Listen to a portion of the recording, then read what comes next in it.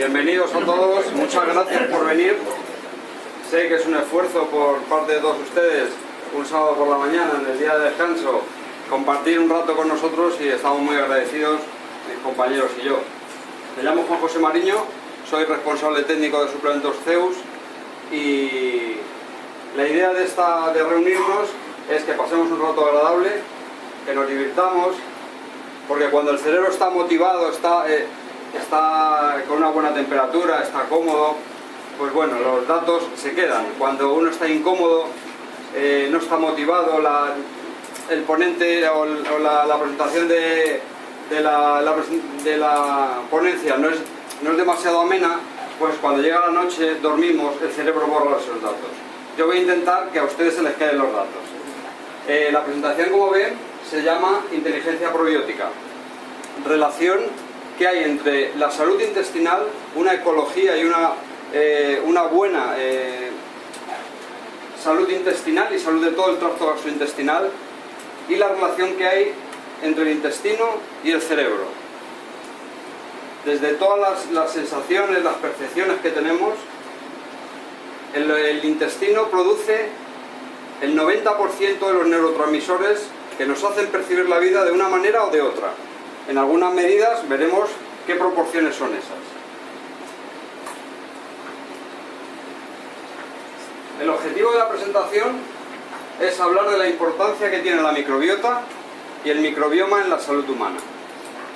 Disculpen un momento que se me había olvidado decirles. Nosotros compartimos con todos ustedes tanto el audio como el PowerPoint. O sea que no es necesario que escriban si no quieren, porque luego lo tendrán todo.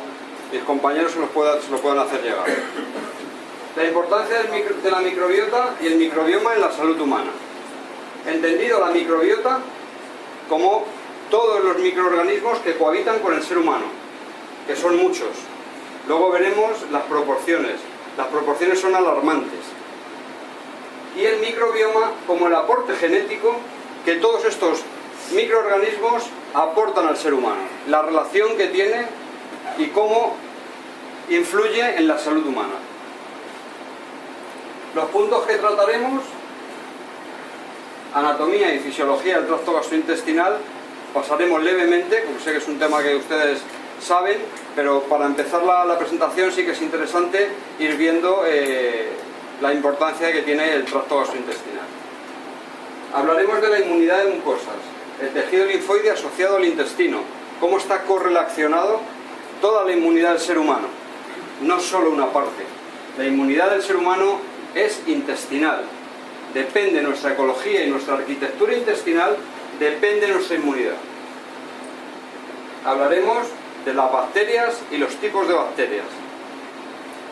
La microbiota, cómo tenemos distribuida la flora intestinal. La distribución, cómo la obtenemos, cómo la perdemos. Lo único que en el tema de la pérdida podríamos hablar muchísimas horas, porque siempre estamos perdiendo microbiota, siempre estamos perdiendo flora intestinal. Todo hace perder la microbiota intestinal. Desde un proceso de estrés, hasta el agua clorada, hasta los tóxicos y los xenobióticos medioambientales, todo está agrediendo a nuestra flora intestinal. ¿Y qué funciones tiene? Hablaremos del microbioma, el aporte genético de las bacterias intestinales y los microorganismos que cohabitan con el ser humano y la repercusión que tiene ese aporte genético. También hablaremos la íntima relación entre el sistema nervioso entérico y el sistema nervioso central, ese intrincado mapa que correlaciona todo nuestro sistema nervioso central con el sistema nervioso entérico. Y por último, una explicación a todo este puzzle, que es la psiconeuroinmunoendocrinología.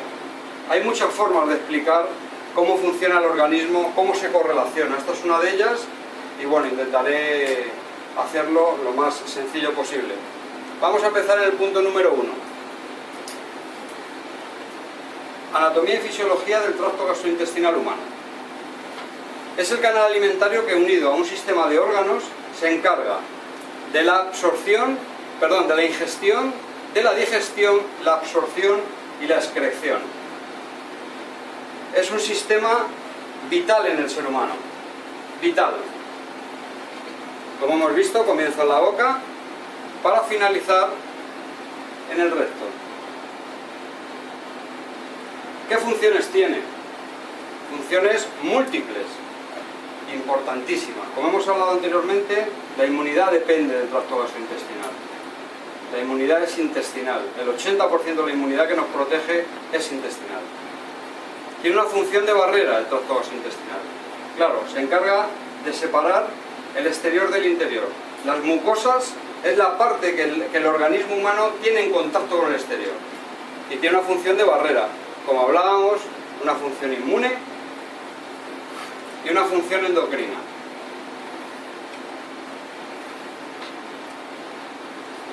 El tracto gastrointestinal está en contacto continuamente con el exterior, desde lo que comemos, lo que inhalamos y lo que pensamos. Cómo percibimos el entorno, cómo percibimos la realidad es básico para la respuesta tanto endocrina como inmunológica. Es el órgano inmunocompetente más expuesto. Claro, tiene sentido. Es el órgano más expuesto al mundo exterior y es el que más responde a todo. Responde a la visión que tenemos del mundo, cómo nos estresamos, cómo nos encontramos, qué comemos, qué inhalamos, qué nos ponemos en la piel. Absolutamente todo tiene que ver con el tracto gastrointestinal humano. Dentro de todo este gran sistema, no nos gusta mucho jerarquizar por importancia, porque en el organismo humano somos una gran máquina biológica en el que todo es importante, absolutamente todo. Una sola enzima es capaz de alterar una ruta metabólica y hacer enfermar al ser humano. Por eso, algo muy pequeño puede afectar mucho al sistema, pero para poderlo explicar un poco, hemos dado un poco más de jerarquía al intestino delgado por la repercusión que tiene en todo el sistema. Mide de 4 a 5 metros y se divide en 3 secciones: duodeno, yeyuno e ilion. Bueno, esto es, todos ustedes saben todo esto, pero quiero ir un poquito de abajo para arriba, ¿de acuerdo? Aquí lo podemos ver.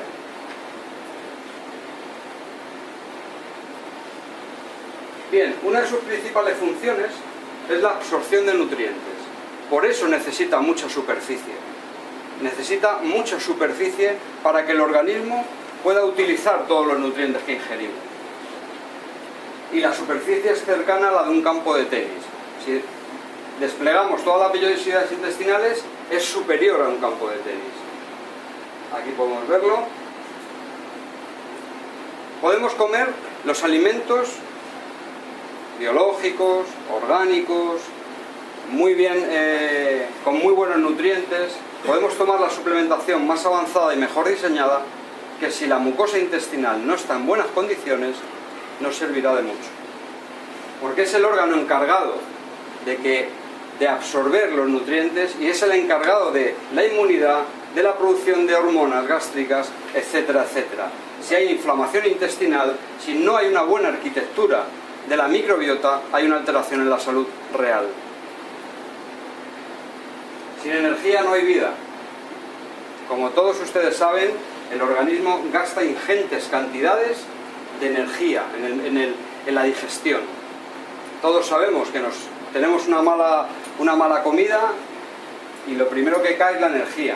¿Qué ocurre después de comer una comida copiosa? El sueño postprandial. Después de comer nos da el bajón. ¿Por qué? Porque el organismo necesita mucha energía en el metabolismo de los alimentos. Aquí podemos ver cómo ingerimos los aminoácidos, los glúcidos, las grasas, la desaminación, la glucólisis, la beta-oxidación, lo convierten en pirúvico, acetilcoenzima, ciclo de Krebs formativo de la energía.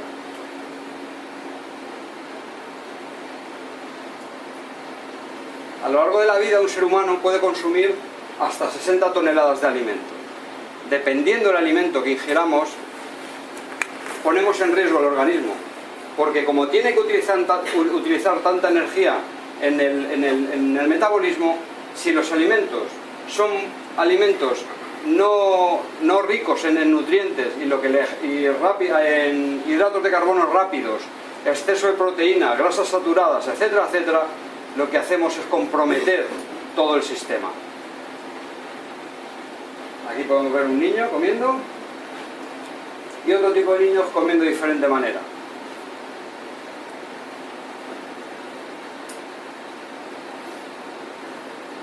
cerca del 80% perdón, de la inmunidad se gesta en el intestino.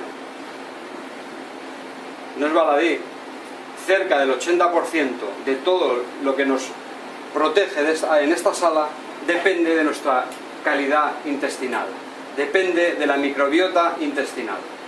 El 80%, no es un poco, es casi toda la inmunidad. Aquí podemos ver cómo un antígeno medioambiental, llega a inflamar el ganglio linfático y hay una información a todas las mucosas. Todas las mucosas del organismo están interconectadas. Absolutamente todas las mucosas están interconectadas. Aquí podemos ver amígdalas, tejido linfoide NAL, tejido linfoide bronquial BAL, lámina propia intestinal GAL, placa de Peyer-GAL y tejido urogenital linfoide. Cuando algo ocurre en una mucosa, ocurre en todas, aunque no haya clínica. Aunque no haya clínica evidente, pero la respuesta inmunitaria es sistémica. Pero el gestor de todo es el intestino. Quien controla toda la inmunidad, quien decide la respuesta inmunitaria es el intestino. Y manda una información a todas las mucosas del organismo. Cuando una mujer tiene una infección bacteriana por cándidas, ocurre en su vagina, claro que ocurre en su vagina, pero el gestor es el intestino. Podemos tratar la vaginosis bacteriana directamente localizada, pero si no tratamos el intestino, volverá, y volverá, y volverá. La génesis de la inmunidad es intestinal.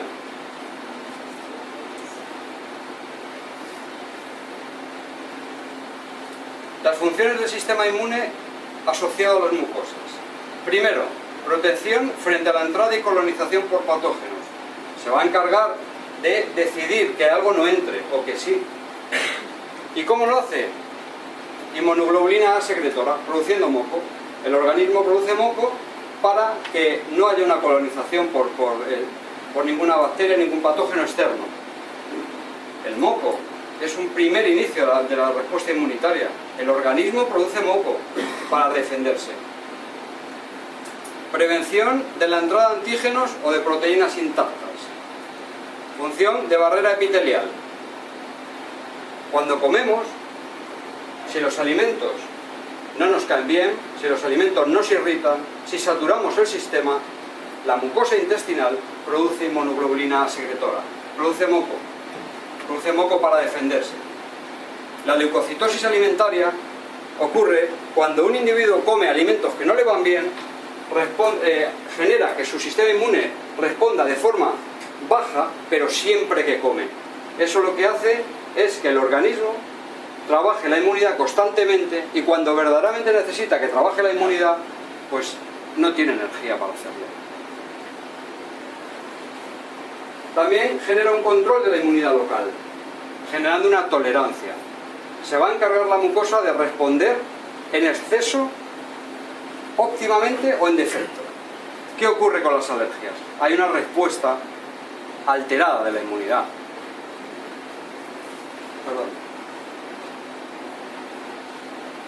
Los tejidos inmunes asociados a la mucosa MAL y al intestino GAL representan la mayor superficie en contacto con el mundo exterior, como decíamos anteriormente, incluyendo el medio ambiente, alimentos, microorganismos y emociones.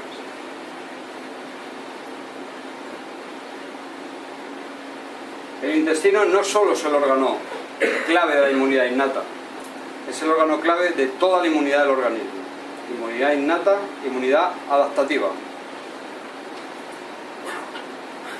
Alrededor del 80% de las células inmunocompetentes del ser humano se encuentran en el tracto gastrointestinal y es mayor que las de la médula ósea, el bazo y los ganglios linfáticos juntos.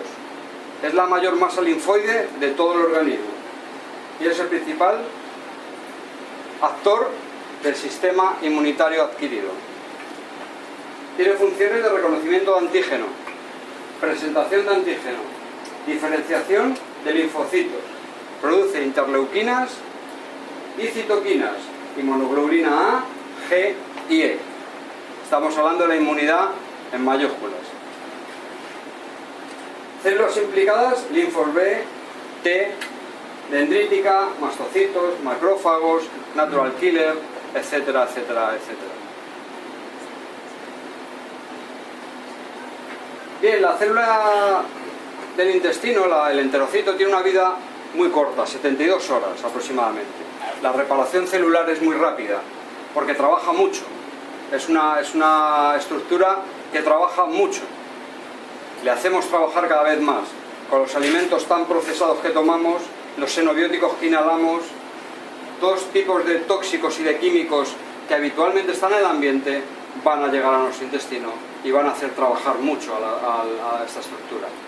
La fisiología es muy inteligente, la vida es muy corta, porque tiene que actuar y tiene que trabajar mucho.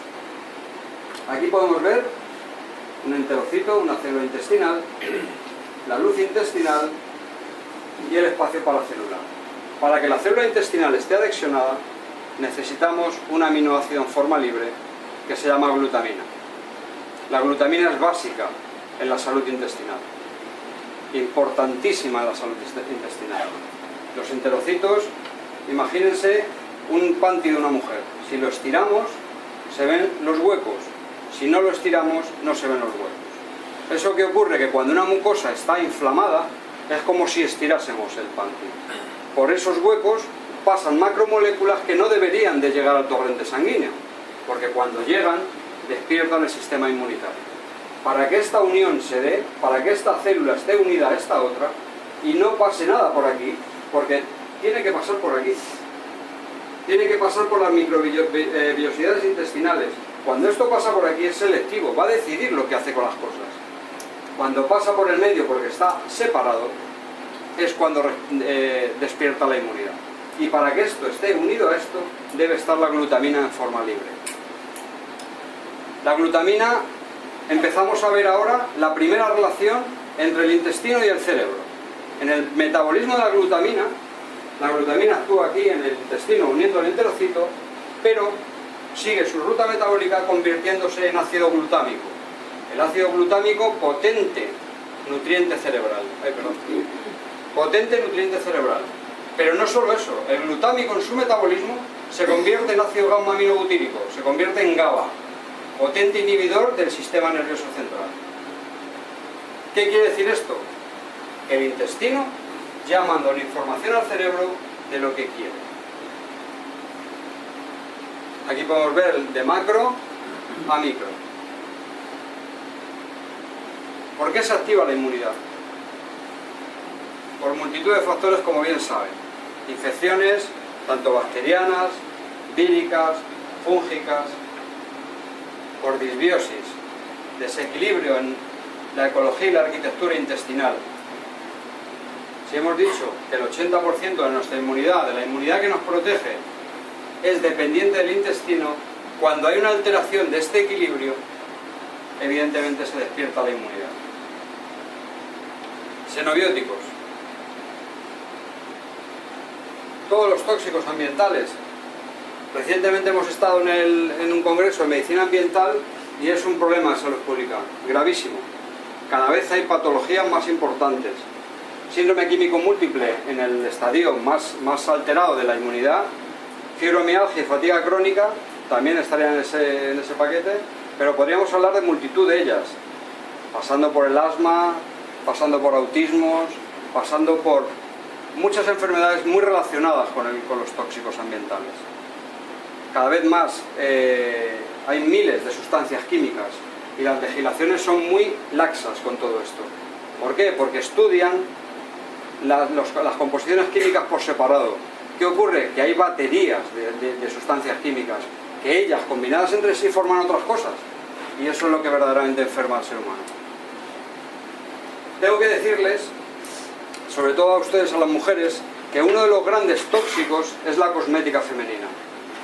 Labios permanentes, esos labios que nos duran mucho tiempo, esos pintalabios que contra más dura más nos gusta, pues contra más dura más plomo tiene, porque los fijadores son el plomo. Contra más dura el pintalabios, más plomo tiene. Y podríamos hablar de multitud de sustancias cosméticas. Aditivos alimentarios, cada vez más, colorantes, conservantes, etcétera, etcétera, agroquímicos, pesticidas, PCBs, etcétera, etcétera. Medicación. La medicación es un gran xenobiótico para el ser humano.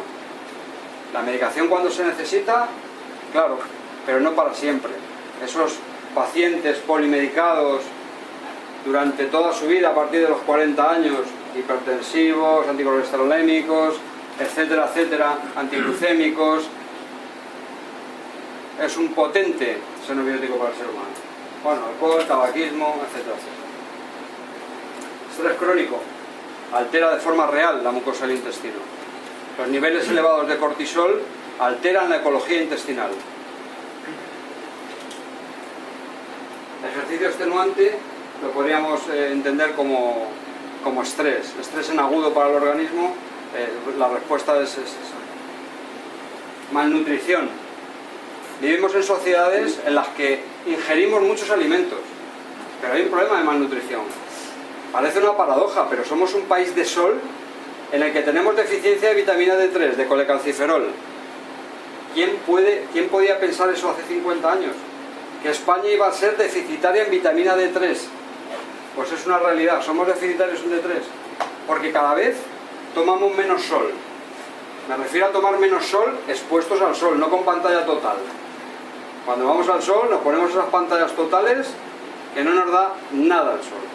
Eso sí, nos intoxicamos con los químicos. Pero aparte de eso, el metabolismo de la vitamina D3 es hepático, renal, y tenemos el hígado y los riñones como lo tenemos. Entonces somos un país deficitario en D3. Pero no solamente deficitario en D3, deficitarios en vitaminas del grupo B, deficitarios en magnesio, bajos niveles de zinc, etcétera, etcétera, etcétera. Hipocloridria. Bueno, uno puede pensar, hipocloridria, no tendrá mucha gente hipocloridria. Pues parece que la proporción es alarmante. No quiero ser pesimista, quiero hacerles pasar un buen rato. Pero decirles que cada vez hay más abuso de los inhibidores de la bomba de protones. Cada vez se toman más familias omeprazol. Cada vez se toman más aluminios. Cada vez las personas llevan al Max en sus bolsos y a la primera de cambio tienen un poquito de acidez y se toman los antiácidos. Pues esto lo que hace es alterar en inicio toda la microbiota intestinal. De inicio, alterando los pHs del estómago, y ya de inicio se altera toda la ruta. Es como un castillo de naipes. Y luego hablaremos en profundidad, bueno, no muy en profundidad, pero un poco de una bacteria muy famosa, que ahora es muy mala, malísima. Se llama Helicobacter pylori. Entonces luego veremos que no es tan mala como nos cuentan. Y bueno, otras también afectan a la inmunidad, se activa la inmunidad. Esta información, con que ustedes se quedasen con esto, yo ya me iría feliz a la península. Todas las mucosas del organismo están interconectadas. Todas. Lo que ocurre en una mucosa le ocurre a las demás, porque hay una información biológica cruzada. Se comunican entre sí. Se comunican las mucosas entre sí. ¿Y qué hace que se comuniquen entre sí? Pues lo hacen las bacterias. Las bacterias son las que generan la comunicación. Y este es el dato muy importante en la clínica. Cuando tenemos claro que las mucosas del organismo están interconectadas y lo que ocurre en una mucosa ocurre en todas, pero no solo eso, sino que el gestor es el intestino, entonces por ahí podemos ir muy bien.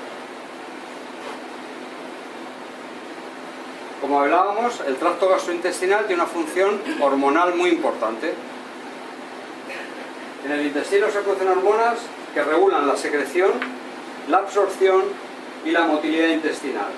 Gastrina, colecistoquinina, péptido gastrointestinal, secretina, péptido gastrointestinal, y etcétera, etcétera. Hay muchas. Vamos a hablar un poco más en profundidad de una de ellas, de la serotonina.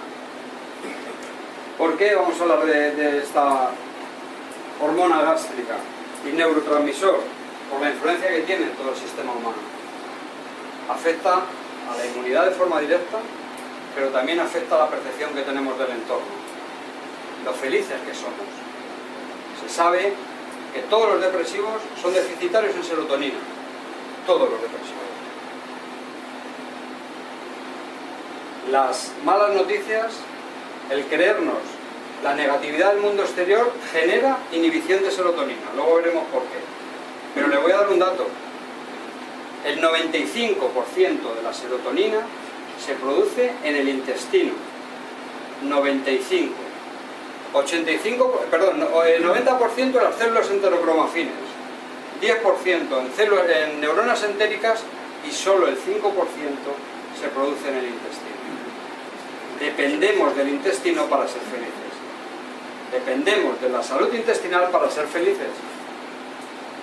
En el intestino la serotonina se produce como hormona y en el cerebro se produce como neurotransmisor. Pero toda la serotonina es interdependiente de la ingesta de triptófano. Los niveles de serotonina cerebral como neurotransmisor son directamente proporcionales a la concentración de triptófano en plasma. Y de estos niveles depende la producción hormonal de la misma.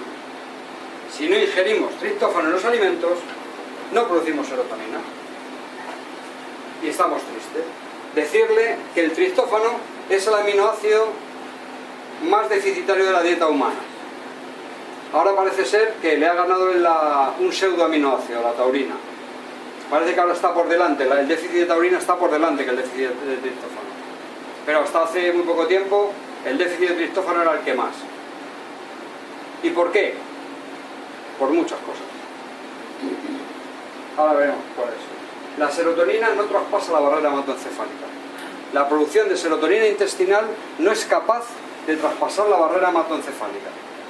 El triptófano traspasa la barrera hematoencefálica y dentro se convierte en serotonina como neurotransmisor. Necesitamos tener triptófano. Necesitamos tomar triptófano. Como decíamos, las personas deprimidas tienen menos receptores de serotonina.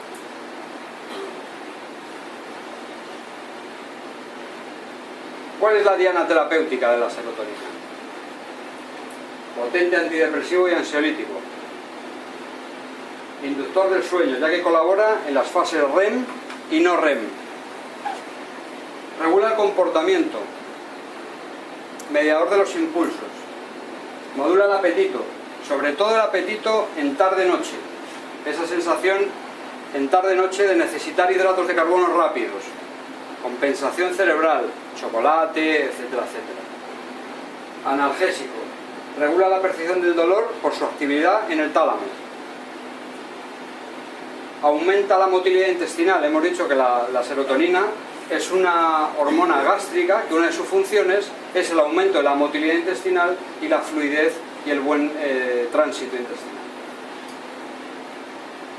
Bien, aquí podemos ver un cuadro. Decirles que la serotonina es antagonista del cortisol. Cuando la serotonina está alta, el cortisol está bajo y viceversa.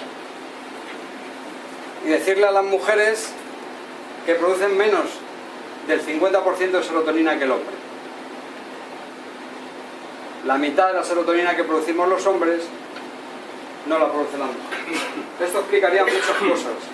Una de ellas es por qué las patologías como la fibromialgia y la fatiga crónica es 9-1 superior en mujeres que en hombres.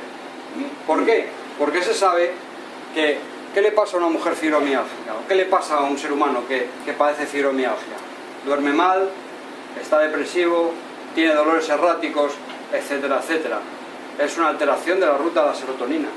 Está más que demostrado ya científicamente que este tipo de patologías hay una alteración en la ruta de la serotonina y en la metilación. El triptófano necesita de metiladores, B3, B6 y biotina, y magnesio también. Entonces, si fallan los metiladores, que son los cofactores del triptófano, no precursa ruta de serotonina. Se va por el lado de la quinurenina, por la B3. Bueno, ¿cómo podemos aumentar nuestros niveles de serotonina? Pues podemos hacerlo teniendo un espacio en el que haya luz natural, no como este, por ejemplo. Estar en entornos naturales, en sitios donde nos dé el aire, haya buena luz solar. Hay un estudio ahora mismo en universidades muy prestigiosas que se llama cronobiología, que es el estudio del impacto de la luz en los mamíferos. muy interesante. Muchas de nuestras rutas metabólicas y cómo funciona el cerebro es dependiente de la luz. La melatonina es dependiente de la luz como último paso de la serotonina. Todo depende de la cantidad de luz que entre por la retina. Así producimos la hormona o no lo hacemos. Tener una vida óptima, estar felices, cuando uno hace cosas nuevas, cuando uno tiene ilusión por la vida. Producimos dopamina, producimos oxitocina y producimos serotonina. Cuando la vida es rutinaria, el cerebro está con el piloto automático, no hace por producir. Cuando las cosas nos motivan, nos tienen entusiasmados, la producción de serotonina es mucho mayor. Cuando tenemos las cosas muy planeadas, cuando mañana voy a hacer esto, eso no le gusta al cerebro. Los planes, tantos planes no le gusta al cerebro. Al cerebro le gusta el estar inquieto. Se hizo un estudio con ratas para ver la producción de dopamina. Fíjense qué curioso. Somos muy parecidos a las ratas, unos más que otros, pero el ser humano es muy parecido. Decirles que se hizo un estudio en el que la rata tocaba un pedal y le salía comida y se valoraban los niveles de dopamina que producía. Otras veces la rata tocaba el pedal y no salía comida y se evaluaban los niveles de dopamina. ¿Saben ustedes cuándo producía más dopamina la rata? Cuando no sabía lo que iba a pasar. Cuando no sabía si le tocaba, si saldría o no saldría. La incertidumbre le gusta al cerebro y a la serotonina también. Cuando no sabemos lo que va a pasar, el organismo produce serotonina. Los paseos al aire libre, la meditación, el ejercicio aeróbico, todo eso produce serotonina. ¿Con esto qué quiero decir? Que si ustedes, las mujeres, producen el 50% menos, no quiero decir que los hombres no hagan deporte, ni salgan al aire libre, ni nada de eso, pero que sabiéndolo, teniendo ese dato, podemos actuar de una manera o de otra. Porque la información nos hace libres. Más cosas que les podría decir. Bien, el triptófano es muy deficitario en la dieta humana, porque cada vez los alimentos son más procesados. Tomamos menos producto integral, tomamos menos fruta, más proteína. Entonces el triptófano se degrada. En los alimentos proteicos, las carnes son ricas en triptófano, pero cuando se cocina se degrada.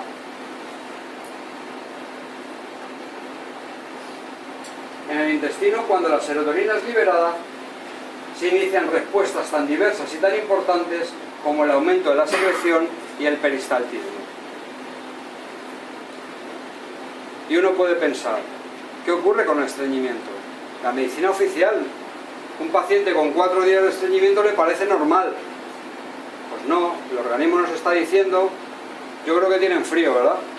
¿O la garganta? ¿No? No, lo digo por el aire.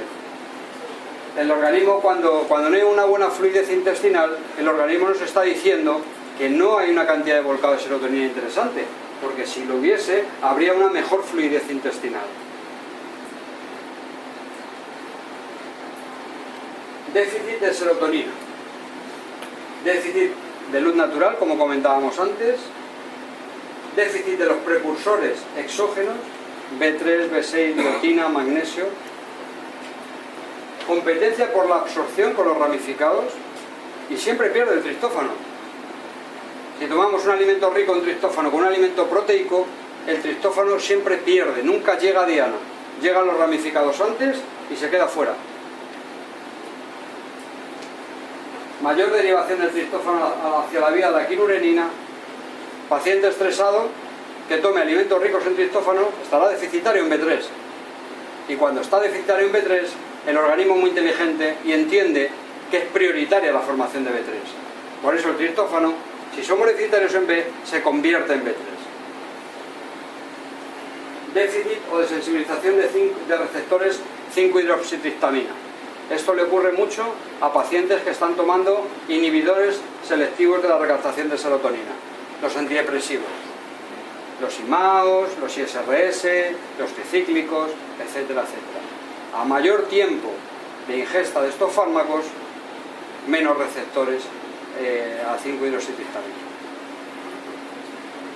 anticuerpos contra la serotonina y sus receptores, bueno, son patologías autoinmunes muy complejas, bacterias intestinales que degradan triptófano. Fíjense, lo tomamos poco en la dieta. Cuando lo tomamos, compite y pierde con la absorción con los ramificados. Y encima, si tenemos una mala arquitectura intestinal, hay bacterias que degradan el triptófano. Está muy bueno. Pero también hay bacterias productoras de triptófano. Esa es la parte buena. La Escherichia coli produce triptófano. El Colibacterium glutamicum produce triptófano. La Brevibacterium produce triptófano. Cuando esto está en equilibrio. Porque como luego veremos, la microbiota intestinal depende del equilibrio bacteriano. Unas bacterias no pueden estar en otro sitio en el que no es un nicho ecológico. Deben estar en su espacio. Y las bacterias capaces de degradarlo, como es el Proteus mirabilis. Y tenemos los intestinos como los tenemos. Más irritados, inflamados, con hiperpermeabilidad, etcétera, etcétera. Si la producción de serotonina es débil por parte del intestino, seguro que habrá un fallo a nivel inmunitario. Porque otra de las funciones que tiene la serotonina entérica es activar linfocitos T y B.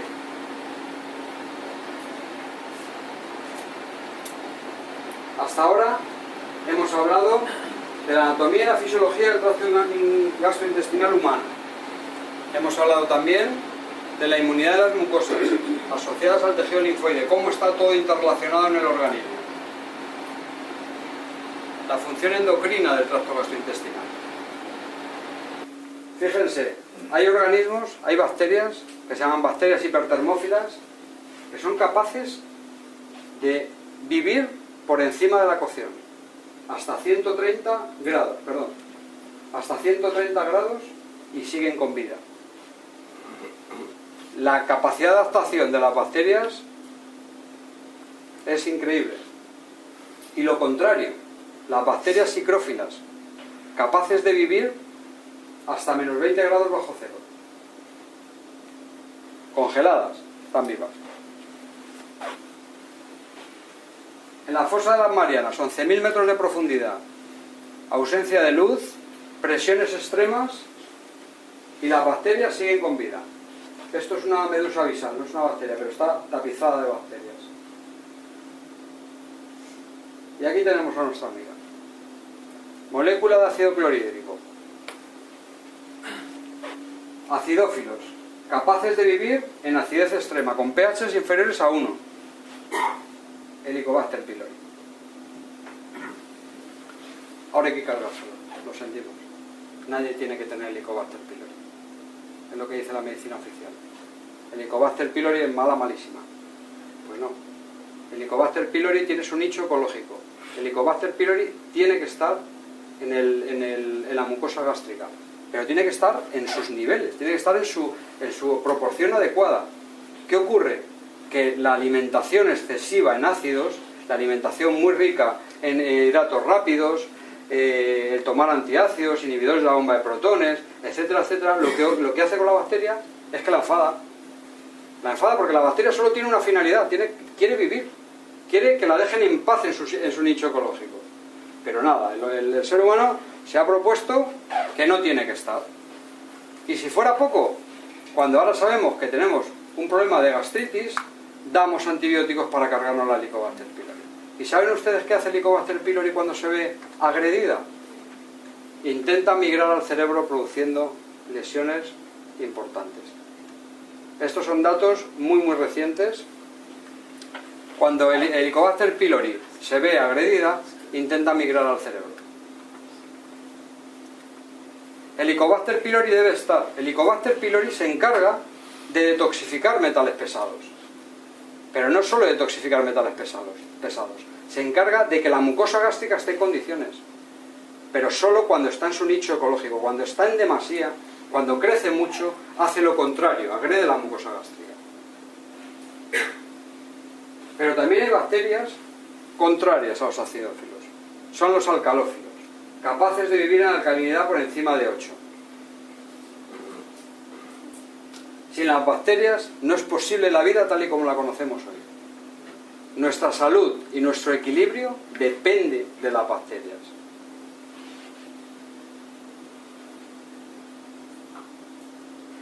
Y estamos literalmente tapizados, llenitos de bacterias. Llenitos, hasta arriba. Ahora veremos las proporciones. Microbiota. La microbiota es lo que se ha denominado siempre flora bacteriana. El concepto más nuevo, más reciente, es el concepto de microbiota como la flora bacteriana. Y en la terminología dice que es el conjunto de comunidades microbianas que colonizan y determinan un nicho ecológico. Un determinado nicho ecológico. Básicamente, lo que nos cohabita. Son todas las bacterias que cohabitan con el ser humano. Esa es la microbiota.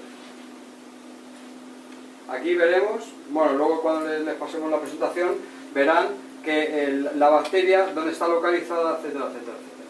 Cada una de las bacterias tiene que tener su nicho ecológico. Se altera la salud cuando ese tipo de bacterias pasan a otro nicho ecológico, porque son como vasos comunicantes. Cuando una bacteria permite que las demás estén donde no deben, se despierta el sistema.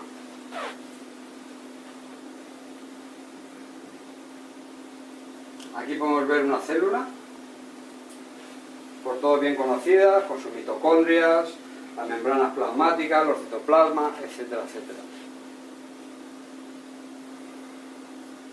Y si les dijese que la mayoría de las células del cuerpo humano no son humanas, esto rompe la estructura y el paradigma de la biología. Pero no solo de la biología, sino de la biología y de la medicina. Si nos dicen que no somos lo que somos o lo que creíamos que éramos, pues bueno, tiene que haber un cambio de perspectiva.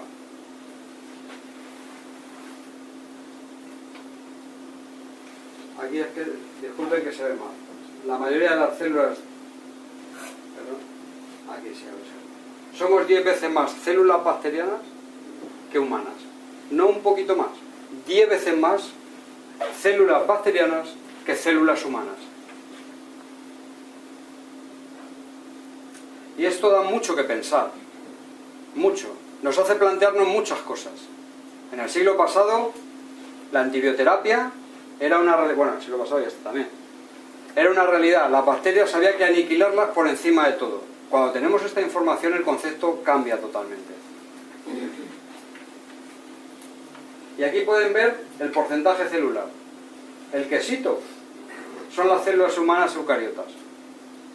Es lo que pensábamos que era y lo que era determinante en la salud. La conservación celular. Que lo demás no era importante. Lo demás, en verde, las células bacterianas procariotas no es que no fuesen importantes. Es que pensábamos que la salud dependía de cargárnoslas. Pensábamos que nuestra salud era dependiente de que no tuviésemos bacterias. Pues ha cambiado el cuento, ha dado la vuelta totalmente. Ahora nuestra salud sabemos que es dependiente del equilibrio. Como hablábamos antes, denominada flora bacteriana. Como una huella digital. Somos únicos y excepcionales hasta en nuestro equilibrio y nuestra ecología y arquitectura intestinal. Hasta en eso somos únicos. Cada ser humano tiene lo suyo. Independientemente de que ahora veremos que hay diferentes enterotipos universales. Esto lo que podría explicar que si el 80% de la inmunidad, lo que nos protege a todos, es intestinal y que somos únicos y irrepetibles, esto podría explicar por qué unos seres humanos se enferman y otros no, frente a un mismo patógeno.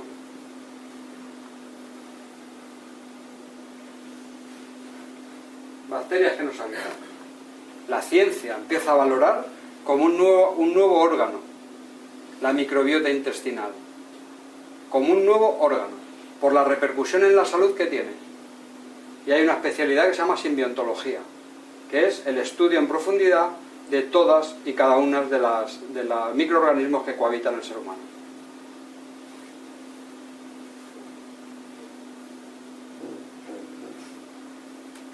Bien, les decía que hay diferentes enterotipos.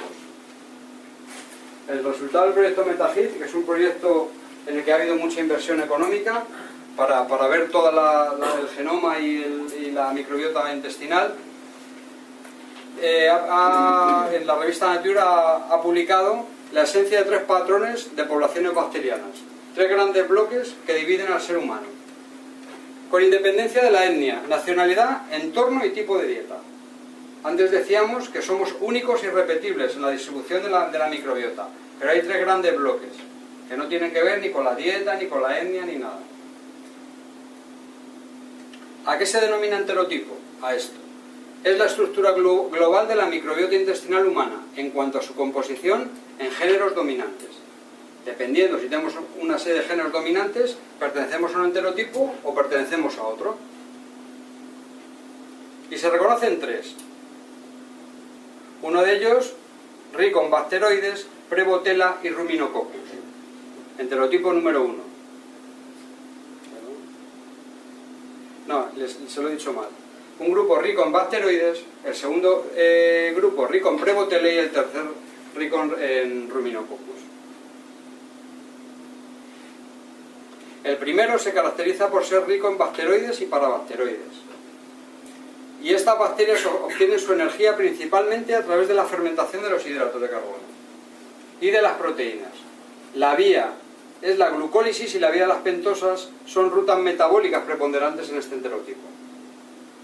En el segundo enterotipo, que se caracteriza por ser rico en Prebotella y desulfovirio, estas bacterias se unen en sinergia para degradar las mucinas, las cuales son glicoproteínas preponderantes de la capa de la mucosa de los intestinos. Y el tercero y último se caracteriza por ser rico en Ruminococcus y Akkermansia. Estas bacterias son especialistas en degradar las mucinas, al igual que las anteriores, y son ricas en transportadores de membrana, principalmente de azúcares. Así que la forma que produce la energía será tanto por la hidrólisis de la mucosa intestinal como por los azúcares presentes en el colon. La presencia de un determinado grupo de bacterias en los intestinos indica que cada enterotipo usa un distinto mecanismo metabólico en la producción de la energía. Unos necesitan más vitaminas, otros, como el enterotipo número 1, que es el enterotipo 1 y 2, son los que mayor variedad de vitaminas sintetizan, por ejemplo. Entonces no es lo mismo valorar un individuo con un enterotipo 1 y 2 a la hora de suplementarlo que un enterotipo número 3. Cada ser humano alberga en su tubo digestivo 100 trillones de bacterias que sin duda desempeñan un papel importante en la digestión, pero también en el sistema inmunitario y la salud en general, como hemos visto anteriormente. Actualmente puede considerarse que este conjunto de bacterias, denominado microbiota, es un verdadero órgano del cuerpo humano. Es un verdadero órgano por la repercusión que tiene en todo el sistema. ¿Cómo tenemos distribuida la microbiota? Bueno, más de 500 especies diferentes en todo el tracto gastrointestinal, pero solo 50 representan el 99% de todas. La microbiota aumenta en cantidad y complejidad según descendemos hacia abajo, desde la boca hacia abajo. En la boca, la cavidad oral, incluyendo la superficie de los dientes y las encías, es una parte muy florida bacterianamente. Hay mucho apogeo bacteriano. Tiene sentido, porque es el primer inicio del exterior al ser humano. Tiene que haber mucha cantidad de bacterias para que nos puedan proteger. Según descendemos, el estómago, debido a la alta acidez ocasionada, tiene una proporción mucho menor de bacterias. Y según bajamos al intestino delgado, los niveles de bacterias aumentan muchísimo con respecto al estómago. Bien, aquí podemos ver esto que parecía que no tenía ninguna importancia. El apéndice. El colon es el gran, ¿cómo les diría? Es donde mayor cantidad de bacterias hay. Nuestra salud depende de ellas.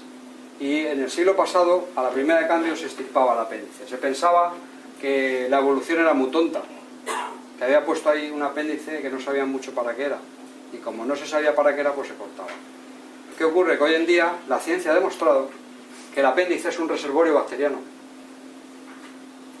Con el apéndice no nos podemos quedar sin bacterias, porque siempre estaban ahí guardaditas para lo que pueda ocurrir. guardaditas. Si tenemos una invasión de antibiótico que nos barre la flora, nos barre toda la microbiota, el apéndice va a guardar, están guardadas todas y cada una de ellas. Es un potente reservorio bacterial. O sea que la utilidad es múltiple. El porcentaje mayor de bacterias en el tracto gastrointestinal reside en el intestino grueso, doblando en cantidad el intestino delgado, en cantidad de bacterias, doblándolo, donde constituyen hasta el 50% del volumen contenido en las heces. La mitad del peso de las heces son bacterias. En este espacio el ambiente está desprovisto de oxígeno. La mayoría de las poblaciones son anaeróbicas estrictas y constituyen la microbiota dominante de género bacteroides. Como hablábamos, según descendemos de boca hacia abajo, vamos teniendo 1000 bacterias por gramo en el estómago, 10.000 a 1 millón en el intestino delgado y entre 100.000 millones y 1 billón de bacterias en el colon.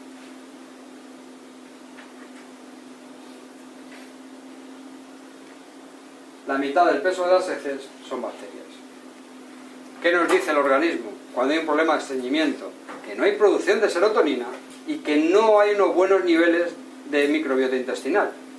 Porque si la mitad del peso de las heces son bacterias y no hay un buen tránsito intestinal, pues nos está diciendo el organismo que hay un problema. Hay un problema en la microbiota y hay un problema en la producción de serotonina, porque la serotonina se va a encargar también del movimiento y la fluidez del intestino. Pero bueno, no pasa nada por estar 4 o 5 días sin ir al baño, que no. La medicina oficial no entiende, no pasa nada. Hipócrates, padre de la medicina oficial, decía que había que comer y descomer a diario. A diario.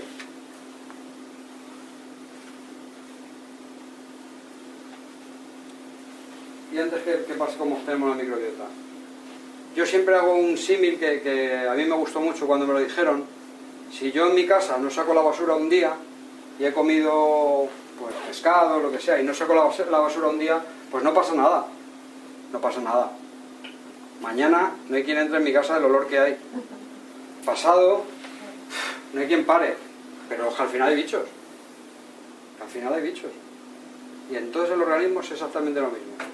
Si no tiramos la basura a diario, estamos exponiendo la salud. La basura hay que tirarla a diario. Porque el organismo nos está avisando de que ocurre algo. ¿Cómo obtenemos la microbiota? Pues la obtención de la microbiota es por múltiples factores, tanto intrínsecos como extrínsecos. Los factores intrínsecos, la carga genética, la fisiología del huésped y la nutrición endógena. Los factores extrínsecos, la carga microbiana del medio ambiente donde estamos, la composición de la microflora materna que veremos que es decisiva, la epigenética, hábitos de vida, qué hacemos con nuestro entorno, qué hacemos con nuestra vida. Bueno, aquí se inicia la unión de dos seres humanos, generan una microbiota propia. Las bacterias sexuales de ambos individuos se unen para formar otro ser humano. Todos somos estériles, sin ningún microorganismo hasta que nacemos. Este es el momento decisivo. Depende cómo nazcamos, dependerá nuestra inmunidad. Si nacemos por parto natural, como la naturaleza lo ha diseñado, en el nacimiento, al pasar por el canal vaginal, el bebé será infectado por microorganismos vaginales y fecales de la mamá, que en ese momento despertarán la inmunidad del ser humano. Solo en ese momento comienza la inmunidad. Cuando hay una transmisión bacteriana, tanto fecal como vaginal, de la mamá al bebé. Tapizarán cada milímetro de las mucosas y todas las superficies que estén expuestas al mundo exterior. Sobre la tierna edad de 3 años, el colon tiene más de 100 billones de bacterias y más de 500 especies diferentes, que ya instaladas en la tripita del niño, harán su casa para siempre. Y su inmunidad dependerá de eso. Dependerá cómo nazca. Porque fíjense, los bebés nacidos por cesárea muestran perfiles de microbios totalmente diferentes. Pero vamos, antagonistas, no diferentes, sino lo contrario. Ya que en el inicio se colonizan por bacterias originadas en el ambiente hospitalario y del personal de atención médica. Un estudio publicado en la revista American Journal encontraron que la bacteria multiresistente a antibiótico, la Acinetobacter baumannii, está presente en el 50% de las habitaciones hospitalarias. En el 50% del entorno hospitalario hay una bacteria resistente a la antibioterapia a día de hoy. Y si el niño nace en ese medio, la respuesta es a ese medio.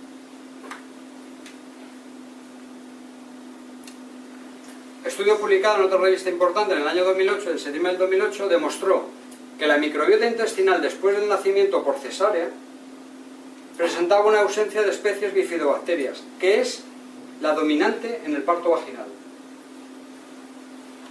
como vemos en esta. O sea, es lo contrario. Por parto vaginal, la especie dominante son las bifidobacterias, y por cesárea es diferentes bacterias que se encuentran en el ambiente hospitalario. ¿Lactancia natural o alimentación artificial? Pues la naturaleza es muy sabia. Cuando una mamá amamanta a su hijo, le traspasa bacterias que tienen que ver con su inmunidad, factores de transferencia, etcétera, etcétera. Inmunidad en estado puro. ¿Y qué ocurre cuando hay una lactancia artificial? Pues intentamos, el ser humano intenta copiar a la naturaleza, pero es solamente una copia. Cada vez ahora mismo se está poniendo en las leches artificiales, se están poniendo bacterias, se están poniendo prebióticos, se está poniendo docosahexanoico, ácidos grasos, etcétera, etcétera, pero no deja de ser una copia. Bien, la teoría del exceso de higiene.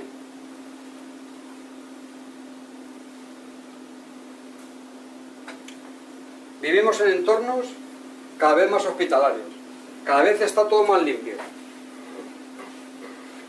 Y eso influye en la inmunidad. Si el sistema inmunitario no está en contacto con infecciones en la infancia, la inmunidad se ve afectada seriamente, ya que el sistema inmune está aprendiendo en toda nuestra vida, pero especialmente en los primeros 10 años de vida. Antiguamente salíamos a jugar a la calle, jugábamos con el barro, con la arena, etcétera, etcétera. Nos subíamos a los árboles. Eso lo que generaba es que nuestro sistema inmunitario trabajase. Hoy en día vivimos en entornos muy asépticos. Tenemos un gran ejército inmunitario que está echando barriga en una habitación porque no trabaja. No trabaja.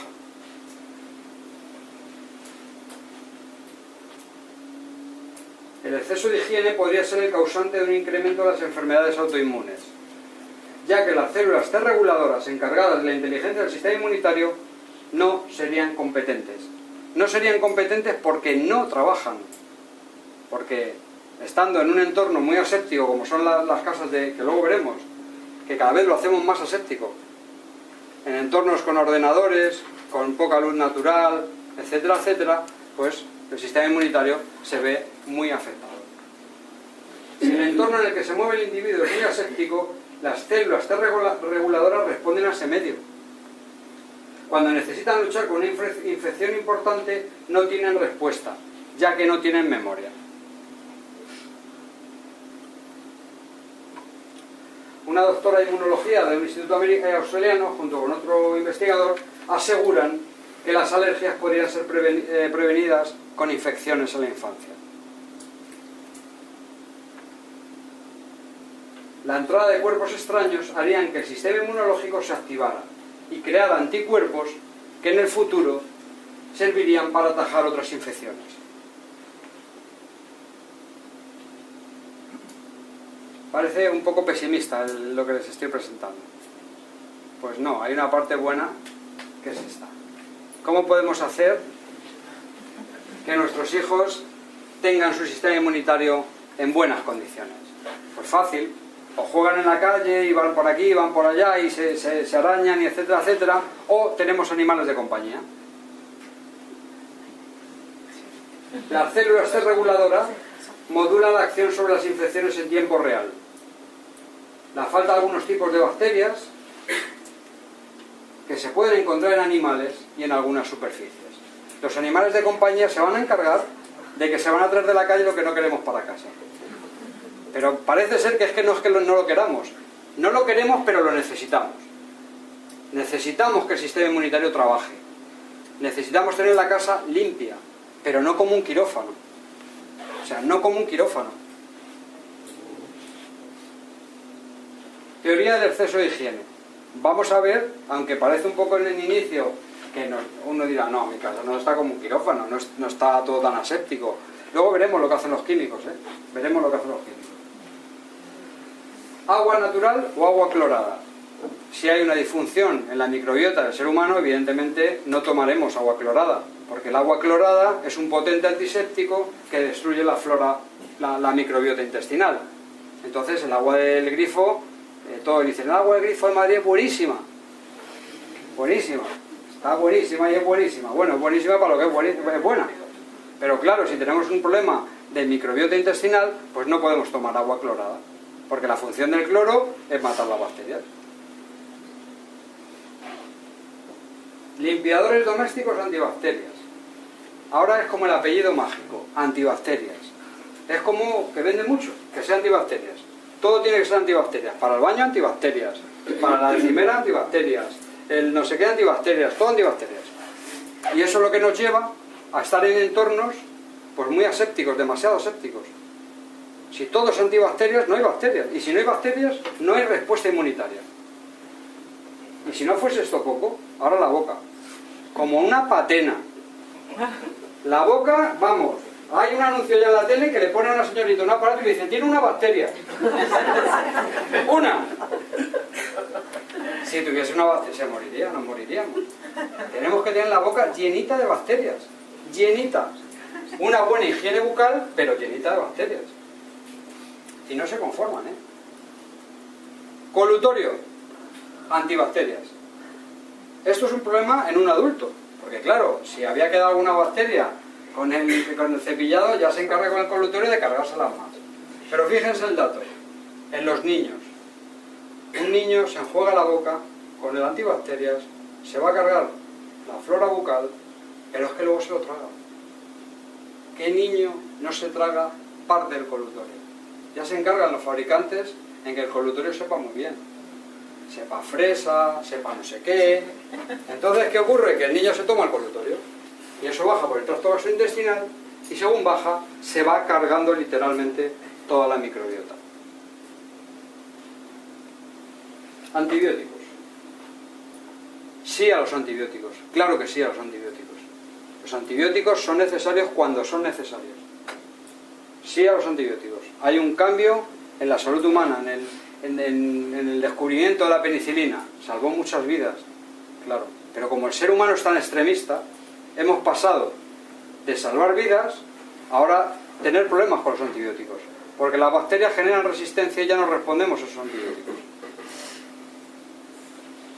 Descubrió la penicilina y no lo patentó. No patentó ninguno de sus descubrimientos. Ya se encargan los laboratorios farmacéuticos de patentar. Ahora ya después ya los patentan. Las penicilinas son producidas por muchos hongos, particularmente especies de Penicillium y Aspergillus. Las penicilinas naturales, debido a su baja toxicidad, pueden ser utilizadas en grandes dosis. Ahora veremos la importancia que eso tiene. En los años 60 se conocían 513 sustancias antibióticas con una producción de cientos de toneladas anuales. En los 90 ya existían 8.000 tipos diferentes. Y la producción era de miles de toneladas. Fíjense, en 30 años hemos pasado de 513 a 8.000 en los años 90. Actualmente se conocen por encima de 12.000 sustancias antibióticas que se utilizan en el ser humano, con una producción mundial de billones. O sea, hemos pasado de los años 60 de 513 sustancias a 12.000.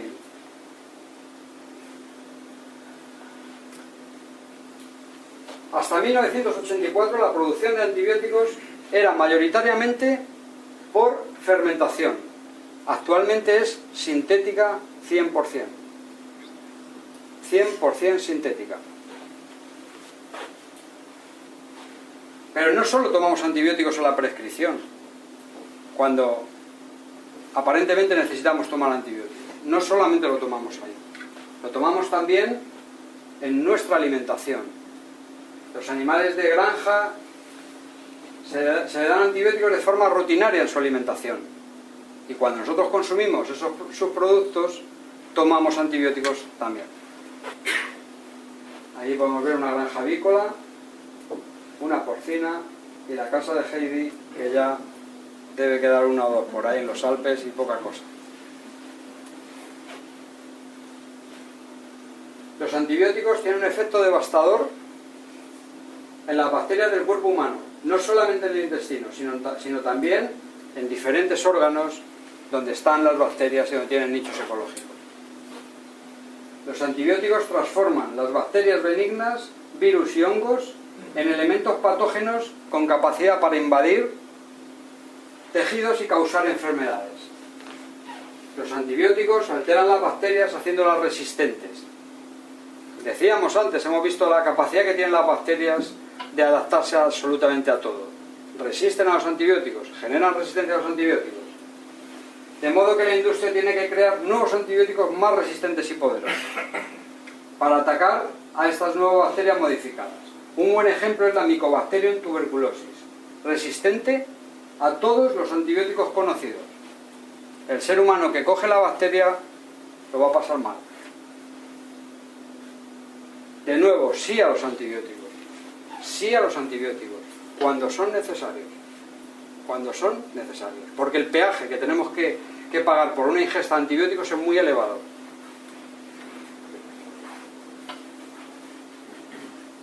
Estudios realizados tanto en humanos como en animales han demostrado que incluso un único tratamiento de antibiótico puede conducir a cambios duraderos en las poblaciones microbianas. Y se desconoce en gran medida la repercusión de todos estos cambios. También otro tipo de fármacos alteran la microbiota.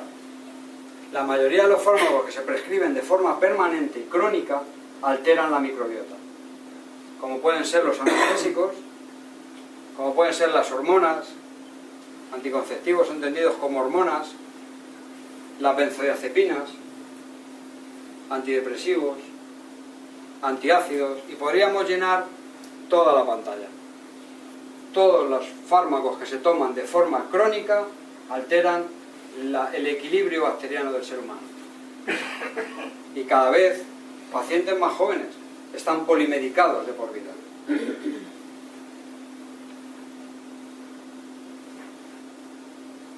Las bacterias de nuestro intestino influyen en la efectividad de los medicamentos. Estudio publicado demuestra que dependiendo del equilibrio bacteriano y la ecología intestinal, los fármacos tendrán más o menos influencia en el sistema. Una buena ecología intestinal, una buena arquitectura intestinal, parece ser que cuando verdaderamente necesitamos los fármacos tenemos que tomar menos cantidad. Desde la década de los 80 se ha relacionado una especie bacteriana, la Egerbtella lenta, como responsable de inactivar la digosina. Esta bacteria inactiva un fármaco para el corazón. La inactiva. Existen multitud de investigaciones que demuestran que grupos de bacterias pueden activar los medicamentos y el equilibrio de la flora saprofita modularlos. Otra vez, si tenemos una buena mucosa intestinal y necesitamos en algún momento de nuestra vida tomar algún fármaco, pues tendremos que tomar mucha menos cantidad. Y bueno, fíjense, y está publicado en Harvard, o sea, que también nos daña la microbiota intestinal. La contaminación electromagnética, mucho además. El cerebro, el corazón y el intestino, casi nada. Cerebro, corazón e intestino son los órganos más sensibles a los efectos de la contaminación electromagnética. Todas las estructuras celulares vivas mantienen una diferencia de potencial eléctrico que las hace sensibles a corrientes inducidas desde el exterior. No podemos estar exentos de la contaminación electromagnética. Vivimos en unas sociedades, las sociedades de la información. Cada vez hay más aparatos electrónicos, más redes wifi, etcétera, etcétera, etcétera. En el Congreso de Medicina Ambiental reciente se planteó un dato alarmante. La incidencia de autismo es proporcional al cambio de la potencia de las señales móviles, del 3G al 4G. Los científicos veían que había un salto cualitativo en los procesos del síndrome autista y no sabían por qué. Ya se ha verificado el por qué es. Cuando se pasa del 3 al 4G aumenta, porque cada vez la potencia de las antenas es mayor. Y son datos presentados en el último Congreso de Medicina Ambiental. Decirles que no estamos exentos de padecer contaminación electromagnética, pero tengo una muy buena noticia que darles. La contaminación electromagnética en movimiento afecta muy poco al ser humano. Muy poco. El problema de la contaminación electromagnética es cuando dormimos. Si estamos en posición horizontal en nuestras habitaciones, estáticos, y el impacto del wifi, del móvil, de la tecnología DET inalámbrica del teléfono, etcétera, etcétera, nos da, eso es verdaderamente lo que es dañino para el ser humano. Por eso desde aquí les animo a que no tengan en sus habitaciones y los wifis encendidos, bueno, no en la habitación, en casa, porque el wifi no respeta paredes ni respeta nada. Cuando se vayan a dormir apaguen los wifi de regleta, porque el impacto de esta tecnología es brutal sobre el cerebro. Pero no solo esa. La tecnología DET inalámbrica, todos los teléfonos inalámbricos que tenemos en casa, 10 veces más potente que la tecnología móvil. 10 veces más potente que el móvil del bolsillo. Muy fácilmente solucionable. Si ese teléfono inalámbrico lo ponemos en la base, ya no hay contaminación electromagnética. Ya no nos va a afectar. Si lo tenemos fuera de la base, tiene que haber una comunicación receptor-emisor todo el rato. Entonces, bueno, decirles también que toda esta tecnología de contaminación electromagnética afecta de forma directa a la glándula pineal. El cerebro entiende que hay luz y se inhibe la producción de melatonina por parte de la pineal. La contaminación electromagnética inhibe la producción de melatonina por parte del cerebro. Pero no solamente eso, también inhibe la síntesis de cisteína a nivel hepático. Y como bien saben, el metabolismo de detoxificación es nocturno. Entonces, es fácil. Los teléfonos en su base, los móviles fuera de la habitación y el wifi apagado.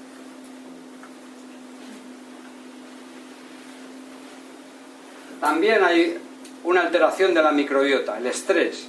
El estrés crónico va a hacer que tengamos una potente alteración de nuestro equilibrio bacteriano. El estrés en agudo nos salva la vida, el estrés crónico no la quita. Los altos niveles de cortisol, como decíamos al principio, lo que van a generar es que nuestro sistema se vea alterado. ¿Qué ocurre cuando tenemos altos niveles de cortisol?